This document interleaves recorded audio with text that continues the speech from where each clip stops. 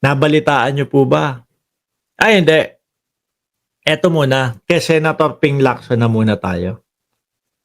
Ako ho, humahanga talaga ako dito sa dalawa na 'to, kay Tito Soto at kay Senator Ping Lacson. O ngayon may hamon sa inyo, ang bagong senador na si Ping Lacson, 'no?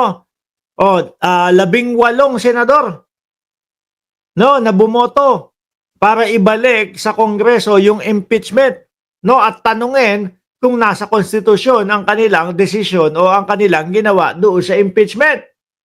Chis Escudero, isa ka din. Hinahamon ka nito. Oh, hinahamon kayo. Oh, mga Duterte na mga senador, may hamon sa inyo. Si Senator Ping Lacson. Ano daw ho yun?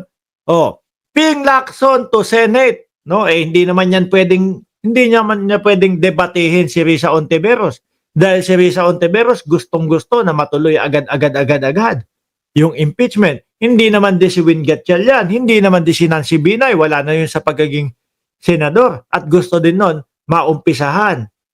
Lahat nung lumagda, no? Kasama si Chis Escudero, debate daw kayo. Debate daw kayo. Paliwanagan daw. Oh, Jinggoy. Sino pa yung isa? Si JB. Ejercito. Oh, Tulpo. Si lahat, yung 18, kasama si Chis Escudero, isa, palagan nyo to. Oh. Kung naniniwala kayo na tama yung ginagawa ninyo, yung pagdidelay ninyo, o Marcoleta, isa ka pa. Kung naniniwala kayong tama ang ginagawa ninyo, o yung pag-delay ng impeachment, palagan nyo si Ping Lacson. Diba? Simple. Oh. Tingin ko kahit magsama-sama kayo 19 kayo Isa lang ay itatanong sa inyo ni Ping Lacson. Forthwith. Sige nga, paliwanag nyo sa akin. Sasabihin ni Senator Ping, sige nga, paliwanag nyo sa akin. Bakit hindi nasusunod yung shall forthwith dyan? Oh. Sige nga, paliwanag nyo. Ganun lang ho. Tigil na yung mga yan. No? Wala nang maisasagot yan. Pag tinanong si Rodante Marcoleta ni Ping Lacson, sige nga Marcoleta, ikaw abogado ka. Ano pagkakaintindi mo diyan sa nakasulat sa konstitusyon na kapag ka nakakuha na ng 1/3 na boto ang Kongreso, kailangan na, no, shall forthwith into trial. Ano pagkakaintindi mo diyan? Wala na. Agad-agad ituloy. Ilalampaso sila nito ni Ping Lacson, mga bossing. Kaya sabi ko nga ho sa inyo kung meron man na magtatapang na pumatol dito sa hamon ni Ping Lacson, ay baka kapag ka nanalo kayo, sasaludo kami sa inyo. Ano? Ako, isang word lang ang nakikita ko para matapos yung pakikipagdebate nila kay Senator Ping Lacson. Pag tinanong na agad-agad ano yung forthwith, wala na yung mga yan. Bagsak na to kanyang mga yan, mga bossing. Kaya nga po pilit nang iniiwasan niyang mga yan No? Nasagutin o pansinin ho yung mga malalaking universidad. Kasi pag sumagot sila doon, wala na. No, ibabalik sa kanila. Bakit nakasulat sa konstitusyon? Ganyan, ba't hindi nyo sinusunod? Bakit kabaliktaran ng konstitusyon ang ginagawa ninyo? Diba? Sabi ni Ma'am Helen's Vlog Official, listening from Singapore po. Taga-replay kapag ka hindi maka-join sa live. Shout out sa Singapore na si Ma'am Helen Vlog. Pakipadala niya po ako nung kaya toast. Tapos yung itlog na medyo hilaw ang luto. Pero masarap yun. Almusal, kape, kaya toast, tapos itlog na medyo hilaw ang luto. Naku po. Sa tapat ng Lucky Plaza, lagi kong inaalmusal yan. Sarap, mga kababayan. Ping Lacson to Senate, let's debate. No? Vote on why Sara impeachment trial is delayed.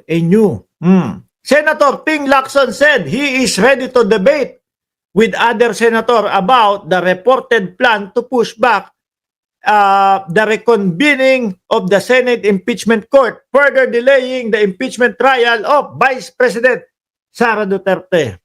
Lacson called resetting of the original schedule of July 29 session to August 4 as another plan to delay. Oh!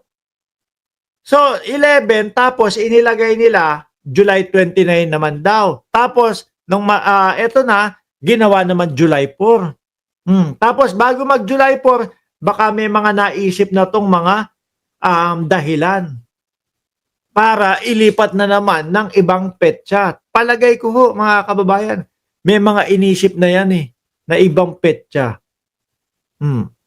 Yan naman po ang napapansin natin sa kanila, mga bossing. Diba? Yan ho ang napapansin natin sa kanila. Tingin ko din ho, mga kababayan, umpisa pa lang po, naririnig pa lang po nila yung impeachment. Bumabalangkas na po sila kung ano ang ipandedepensa at kung paano nila i-dismiss o kung paano nila i-delay yung impeachment. Sabi ni Jorge Edralin, wala na, 2028 na daw, Prof. Mark. Ay, Diyos ko po. Sipag mo pala, Mark.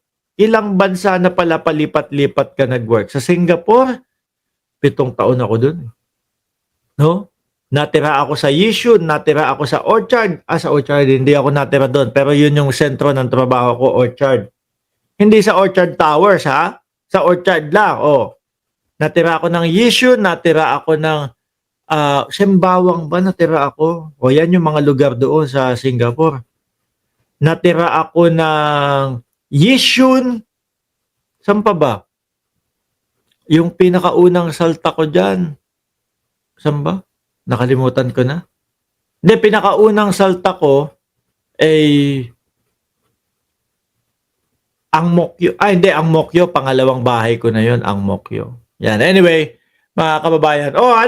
Mga senador, patulan nyo na to kung alam nyo na tama kayo. Pagka walang pumatol dito, ibig sabihin, wala. Alam nyong mali yung ipinaglalaban nyo. Di ba?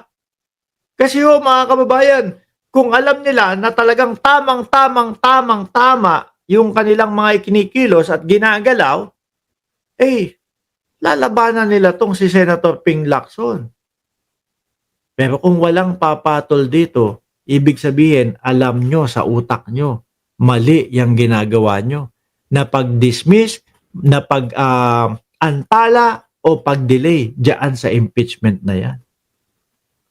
Sabi ni Ma'am Neng Gigi, lalo na para sa anak mo, libre edukasyon at healthcare sa inyo. Naku po, sarap naman dyan sa Canada. Dito sa club, mga kababayan, lalo na kapag international school. $20,000 kada taon. Magkano po yun? Lagpas 1,000,000 per month. Per year, mga kababayan. Sana all, Canada, Pero okay naman po kasi, nandito lahat, buong pamilya namin. Alisin ko na ho ito, mga bossing. Ulitin ko Marcoleta. Ikaw, lawyer ka. Patulan mo to kung alam mo talagang kaya mo na ipaglaban yung ginagawa ninyo. No? Sino pa lawyer to? Batorni! Ikaw, patulan mo ito. Kung talagang alam nyo na tama yung ginagawa ninyo.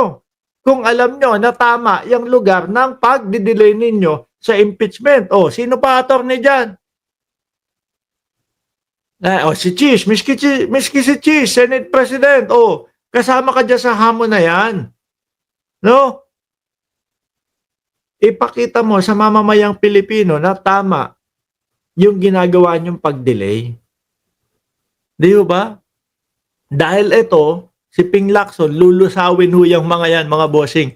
No? Sa isang word lang, ipaliwanag mo sa akin kung ano ang ibig sabihin ng nakasulat sa konstitusyon na shall forthwith.